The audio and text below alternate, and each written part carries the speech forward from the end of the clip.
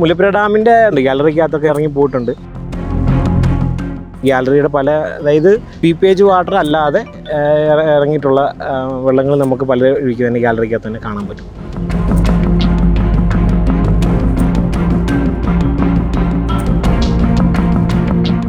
Baby ഡാമിൻ്റെ സൈഡിൽ നമുക്ക് 110 താഴെ വെള്ളം കിടക്കുമ്പോൾ അത് ജസ്റ്റ് ഒരു കയ്യലക്കെട്ട് പോലത്തെ ഒരു 6 അടി വീതിക്കുള്ള കെട്ട് പോലെ നിൽക്കുന്നുള്ളൂ. അതും തള്ളിപ്പോയി കഴിഞ്ഞാൽ ഈ പറഞ്ഞ പോലെ ബേബി ഡാം പൊട്ടിയാലും നിറഞ്ഞ് വെള്ളം കിടക്കുന്ന സാഹചര്യത്തിലാണെങ്കിൽ ഡേഞ്ചർ തന്നെയാണ്.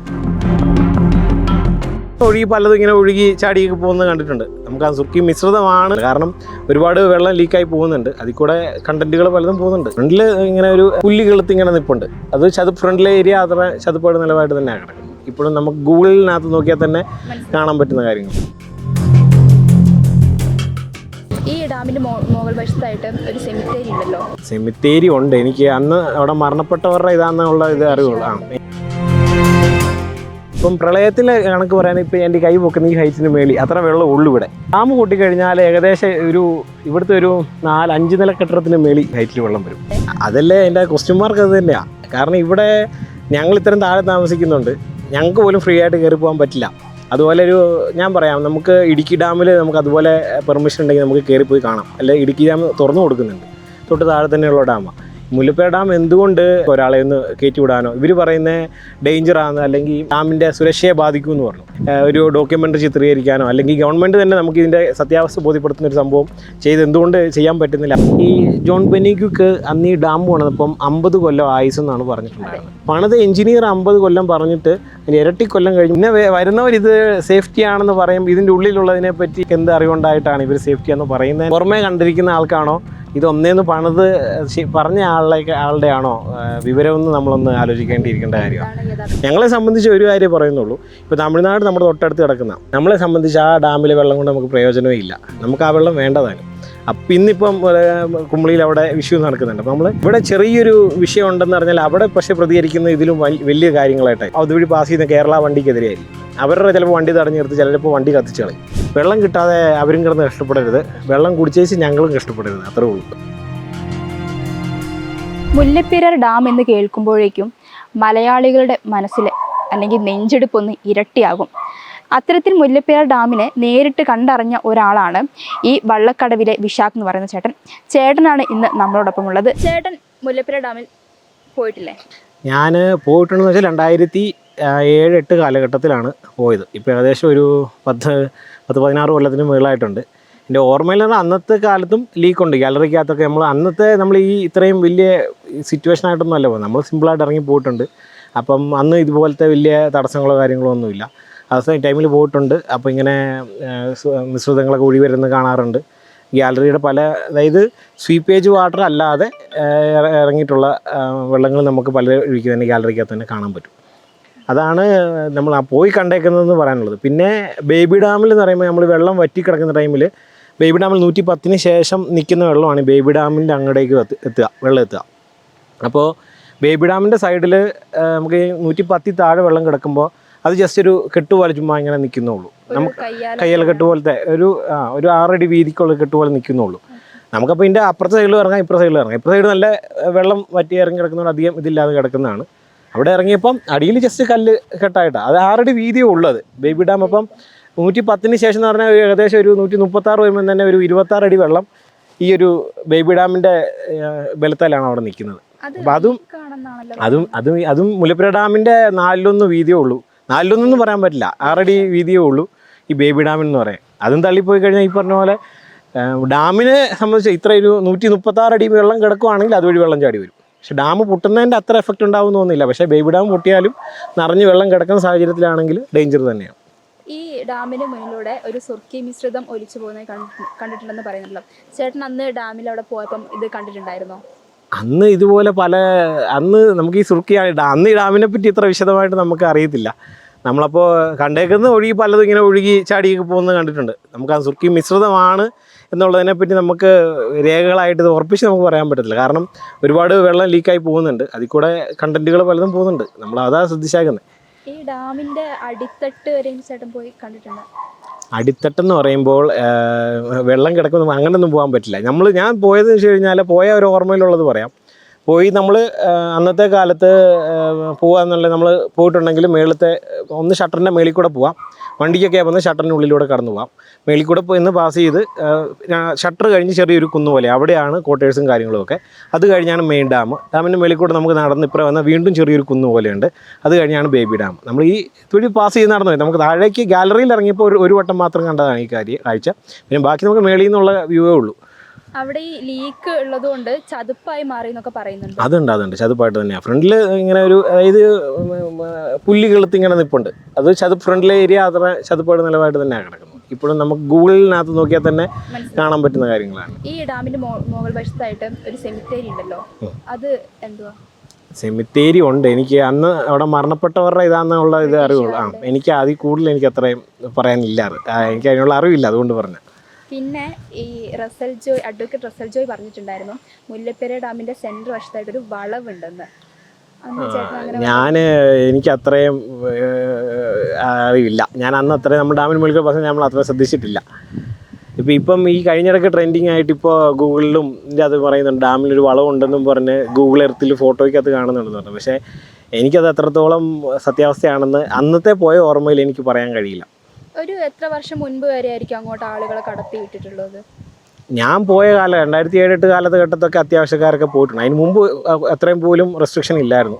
അതിന് ശേഷമാണ് ഇപ്പം അവിടെ പോകുന്നവരെ തന്നെ ഭയങ്കരമായിട്ട് ജസ്റ്റ് ഒന്ന് നമുക്ക് പോയി കാണാൻ പോലും പോകാൻ പറ്റില്ല. അവിടെ വലിയ ഉദ്യോഗസ്ഥരുടെ കൂടെ അതിലെ റിലേറ്റീവ്സ് ആണെന്നും പറഞ്ഞ് നമുക്ക് പോകണേലും പോകാൻ പറ്റാത്ത സാഹചര്യങ്ങളാണ്. അവിടെ എന്തെങ്കിലും വർക്ക് ഉണ്ടെങ്കിൽ തന്നെ നമ്മൾ 100 പേപ്പറിൽ ഒപ്പിട്ടെങ്കിൽ മാത്രമേ കടന്നു പോകാൻ പറ്റില്ല. അങ്ങനെ പോയ ആൾക്കാരുണ്ട്. എനിക്കത് കറക്റ്റ് അറിയില്ല. മുല്ലപ്പെരിയാർ ഡാമിൽ വർക്കിനായിട്ട് പോയ പല ആൾക്കാരും ഉണ്ട്, അതിന് ശേഷം പോയവരുണ്ട്.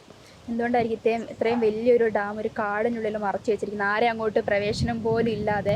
അതല്ലേ എൻ്റെ ക്വസ്റ്റ്യൻ മാർക്ക് അത് തന്നെയാണ്. കാരണം ഇവിടെ ഞങ്ങൾ ഇത്രയും താഴെ താമസിക്കുന്നുണ്ട്, ഞങ്ങൾക്ക് പോലും ഫ്രീ ആയിട്ട് കയറി പോകാൻ പറ്റില്ല. അതുപോലെ ഞാൻ പറയാം, നമുക്ക് ഇടുക്കി ഡാമിൽ നമുക്ക് അതുപോലെ പെർമിഷൻ ഉണ്ടെങ്കിൽ നമുക്ക് കയറിപ്പോയി കാണാം. അല്ലെ ഇടുക്കി ഡാം തുറന്നു കൊടുക്കുന്നുണ്ട്, തൊട്ട് താഴെ തന്നെയുള്ള ഡാമാണ്.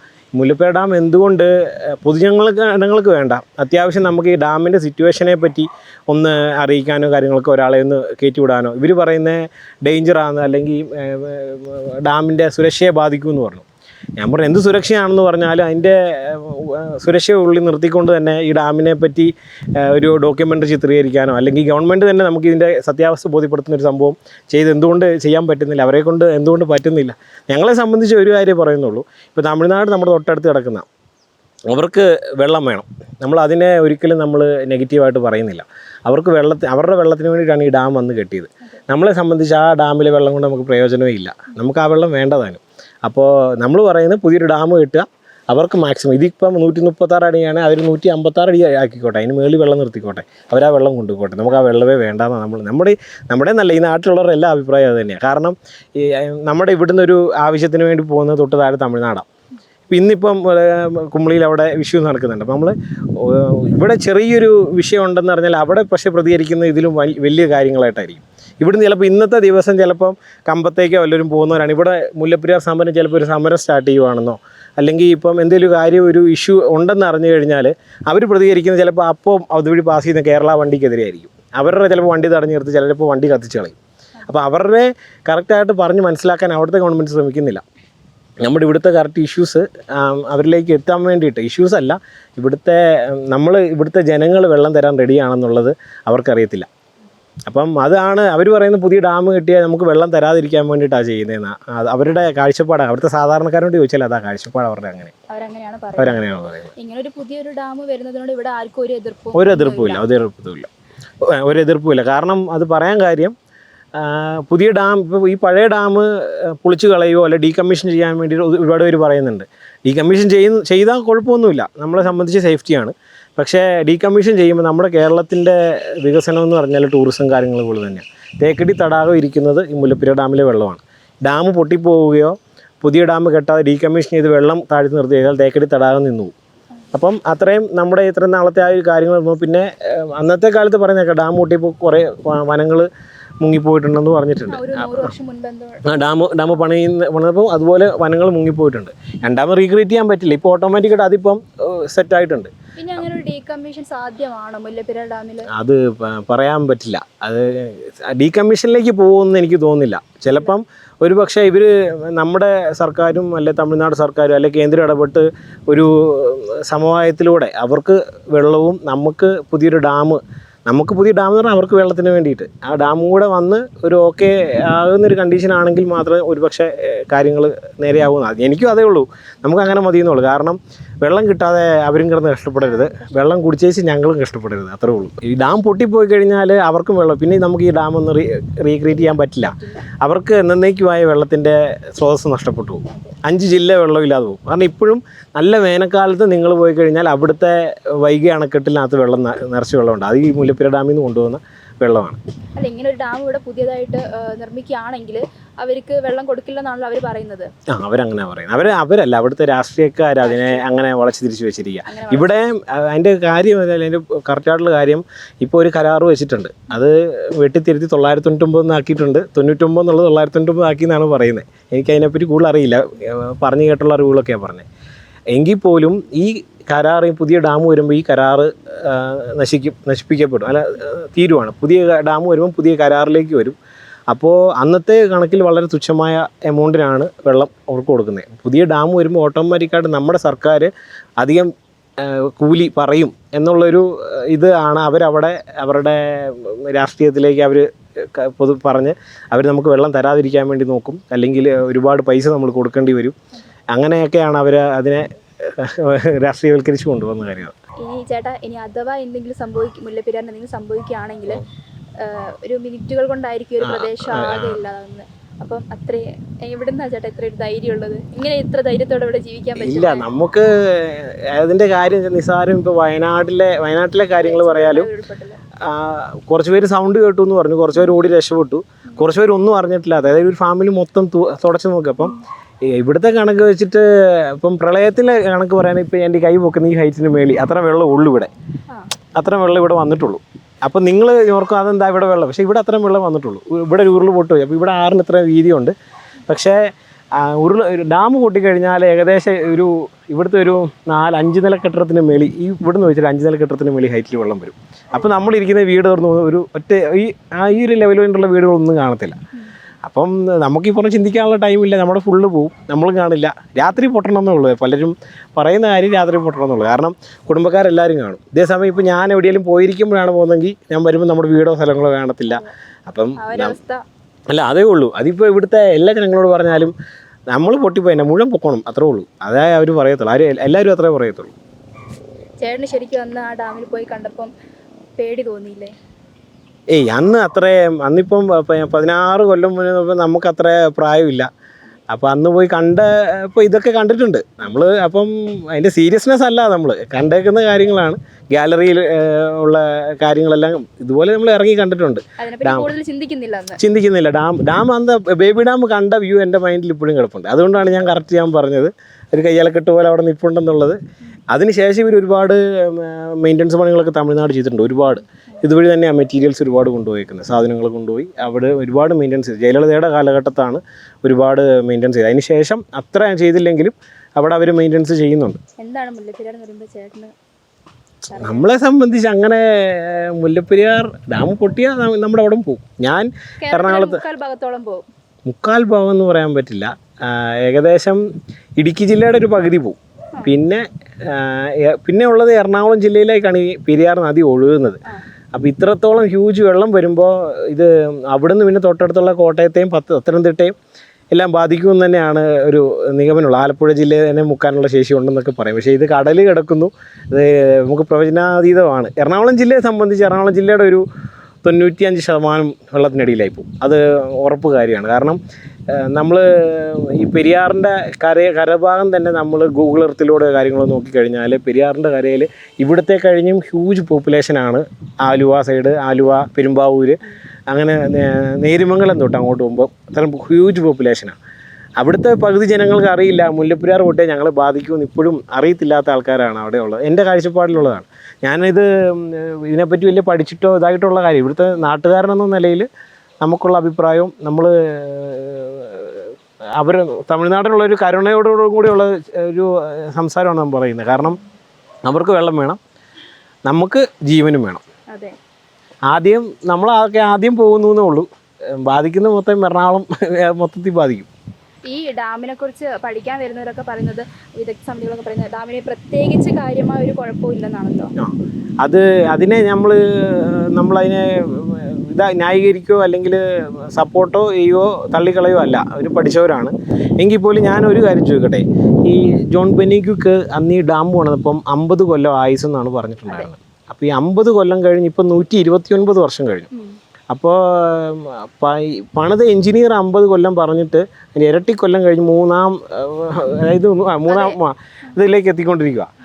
അപ്പോൾ പിന്നെ വരുന്നവരിത് സേഫ്റ്റി ആണെന്ന് പറയുമ്പോൾ ഇതിൻ്റെ ഉള്ളിലുള്ളതിനെ പറ്റി ഇവർക്ക് എന്ത് അറിവുണ്ടായിട്ടാണ് ഇവർ സേഫ്റ്റി എന്ന് പറയുന്നതിൻ്റെ അതാണ് നമ്മൾ സാധാരണക്കാരന് ചിന്തിക്കാവുന്ന കാര്യങ്ങളിലൂടെ ചിന്തിച്ചാൽ തന്നെ ഇപ്പം പുറമേ കണ്ടിരിക്കുന്ന ആൾക്കാണോ ഇതൊന്നേന്ന് പണിത് പറഞ്ഞ ആളുടെ ആണോ വിവരമെന്ന് നമ്മളൊന്ന് ആലോചിക്കേണ്ടിയിരിക്കേണ്ട കാര്യമാണ്.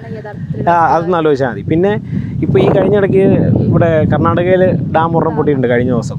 ഡാമല്ല, അതിൻ്റെ ഷട്ടറിൻ്റെ ഒരു ഗേറ്റ് തകർന്നു പോയി. അപ്പം പക്ഷെ അതിൽ ഞാൻ കണ്ടേക്കുന്നിടത്തോളം കാര്യം മുല്ലപ്പെരിയാർ ഡാം മലകളുടെ ഇടയിലൂടെ വെള്ളം കിടക്കുകയാണ്. ആ ഒറ്റ ഡാം, ഒരു നീളത്തിലുള്ള ഡാമിലെ നല്ലപോലെ പ്രഷറൈസ് ചെയ്യുന്നുണ്ട് അവിടെ കർണാടകയിലെ വെള്ളം. ഞാൻ കണ്ട കാഴ്ച വെച്ച് പറഞ്ഞാൽ, എൻ്റെ അറിവ് വെച്ച് പറഞ്ഞാൽ. അപ്പോൾ അത് സുർക്കി മിശ്രിതത്തിൽ 71 വർഷമായപ്പോൾ തകർന്നു. ഇതിപ്പം അത്ര പെട്ടെന്ന് തകരില്ല എന്ന് തന്നെ ഞാൻ പറഞ്ഞോട്ടെ. എങ്കിലും ഒരു ഭൂമി കുലുക്കമോ അങ്ങനത്തെ എന്തെങ്കിലും കാര്യങ്ങൾ വന്നാൽ ഉറപ്പായിട്ടും അതെ, ഭൂകമ്പ മേഖല തന്നെയാണിത്. അതിൻ്റെ എക്സാമ്പിൾ പറയാൻ, നിങ്ങൾ വള്ളക്കടവ് ചെന്നാൽ വള്ളക്കടവിൽ നിന്ന് ഈ ഡാമിൻ്റെ വ്യൂ വരുന്നത് ഒരു ഇടനാഴി പോലെ നേരെ വള്ളക്കടവിൽ നിന്ന് അങ്ങോട്ടൊരു വഴിയിലേക്കാണ് ഓപ്പോസിറ്റ് കിടക്കുന്നത്. അതിൽ അങ്ങ് ഒരു മലയുടെ മേളിൽ നിന്ന് നേരെ ഡാം നമുക്ക് കാണാം. ആ പോകുന്ന റൂട്ടിൽ തന്നെ ഒരു മലയുടെ സൈഡിൽ ഭൂകമ്പ മാപിനി സെറ്റ് ചെയ്ത് വെച്ചിട്ടുണ്ട്. ഭൂകമ്പ മാപിനി സെറ്റ് ചെയ്ത് വയ്ക്കുന്ന ഭൂകമ്പം ഉള്ള മേഖലയിൽ തന്നെ അല്ലേ ഭൂകമ്പ മാപിനി വെക്കുള്ളൂ. അല്ലെങ്കിൽ ഇതിനെപ്പറ്റി ഒരു പഠനത്തിന് വേണ്ടിയിട്ടായിരിക്കുമല്ലോ, നമ്മളോട് പറയുന്നില്ലെങ്കിൽ കൂടി ഇതിനെപ്പറ്റി ഇതിൻ്റെ റിപ്പോർട്ട് ഇവർക്ക് വേണ്ടിയിട്ടായിരിക്കുമല്ലോ അവിടെ ഭൂകമ്പ മാപിനി പറഞ്ഞ് സെറ്റ് ചെയ്ത് വെച്ചിരിക്കുന്നത്. നമ്മൾ എല്ലാം കൂടെ കൂട്ടി വായിക്കുമ്പോൾ നമുക്ക് അക്സെപ്റ്റ് ചെയ്യാൻ പറ്റാത്ത കാര്യങ്ങളാണ്. പക്ഷെ ആരും ഇതിനെപ്പറ്റി ഇത്ര വിശദമായിട്ട് പഠിക്കുന്നില്ല, വിശദമായിട്ട് കാര്യങ്ങൾ പറയുന്നില്ല. അതേ ഉള്ളൂ. ഇതിപ്പോൾ മുല്ലപ്പെരിയാർ ഡാമിൽ വരുന്ന വെള്ളമല്ലേ? മുല്ലപ്പെരിയാർ ഡാമിൽ നിന്നല്ല, മുല്ലപ്പെരിയാർ ഡാമിലെ വെള്ളം 136 അടിയായി അവിടുത്തെ ഷട്ടർ ഓപ്പൺ ആക്കിയാൽ മാത്രമേ ഉള്ളൂ. മുല്ലപ്പെരിയാർ ഡാമിൽ നിന്ന് വരുന്ന ആറാണ്. പക്ഷേ ഡാമിൽ നിന്ന് ഇപ്പോഴും ഒരിക്കലും വെള്ളം ഇങ്ങോട്ട് വരുന്നില്ല. സ്വീപ്പേജ് വാട്ടർ വരുന്നുണ്ട്. അതായത് ഈ പറഞ്ഞ പോലെ ചോർച്ചയുള്ള വെള്ളം വരുന്നുണ്ട്. അത് ചെറിയൊരു ഇതായിട്ട് വരുന്നുണ്ട്. പിന്നെ കൂടെ ചേർന്ന് വരുന്ന വലിയ കാട്ടിൽ നിന്ന് വരുന്ന അരുവികളെല്ലാം കൂടെ ചേർന്നാണ് പെരിയാറായിട്ട് ഇങ്ങനെ ഒഴുകുന്നത്. ഇതാണ് ഈ ചപ്പാത്ത് പാലം അല്ല, കേച്ചപ്പാത്ത് എന്ന് പറഞ്ഞത് ഉപ്പുതറ ഭാഗമാണ്. ഉപ്പുതറ അതായത് കട്ടപ്പന, കുട്ടിക്കാനത്ത് നിന്ന് കട്ടപ്പന പോകുന്ന റൂട്ടിലാണ് കേച്ചപ്പാത്ത്. അത് ഇവിടുന്ന് ഒരു ഏകദേശം ഒരു 10-30 കിലോമീറ്ററോളം താഴെയാണ്. ഇതാണ് വള്ളക്കടവ് ഇവിടുന്ന് ഒരു 2.5 കിലോമീറ്റർ ഉണ്ട് വള്ളക്കടവ് ജംഗ്ഷൻ, വള്ളക്കടവ് എന്ന് പറഞ്ഞ സ്ഥലം. അപ്പം ചേട്ടൻ പറയുന്നത് ഇനിയൊരു പുതിയ ഡാം വന്നാലേ ഇനിയൊരു പരിഹാരം ഉണ്ടാവുമെന്നാണ്. പുതിയ ഡാം വന്നാൽ എല്ലാവർക്കും പരിഹാരമാകും. ഇപ്പോൾ ഡാം ഡീകമ്മീഷൻ ചെയ്താൽ നമുക്ക് പരിഹാരമാകും, തമിഴ്നാട്ടിന് പരിഹാരമാകത്തില്ല. പക്ഷെ പുതിയ ഡാം വന്നാൽ അവർക്ക് വെള്ളം കിട്ടും, നമുക്ക് സേഫ്റ്റിയും കിട്ടും. അത്രേ ഉള്ളൂ. ഇപ്പം ഈ വിശാഖ ചേട്ടൻ പറഞ്ഞതിൽ വെച്ച് നമുക്ക് മനസ്സിലാക്കാൻ പറ്റും, പുതിയൊരു ഡാം വരുന്നതിനോട് ഇവിടെയുള്ള ആളുകൾക്കൊന്നും, ഈ വള്ളക്കടവ് പ്രദേശനിവാസികൾക്കൊന്നും യാതൊരു പ്രശ്നവുമില്ല. എന്നാൽ ഇങ്ങനൊരു ഡാം വരികയാണെങ്കിൽ അത് തമിഴ്നാടിനും ഉപകാരമാണ്. ഇവിടെയുള്ളവർ വെള്ളം കുടിച്ച് മരിക്കാതെ രക്ഷപ്പെടുകയും ചെയ്യും. അപ്പം പുതിയൊരു ഡാം വരണമെന്ന് തന്നെയാണ് ഇവിടെയുള്ള ആളുകൾ ആവശ്യപ്പെടുന്നത്. അപ്പം അങ്ങനെ ഒരു ഡാം വരുമെന്ന് തന്നെ നമുക്ക് പ്രതീക്ഷിക്കാം.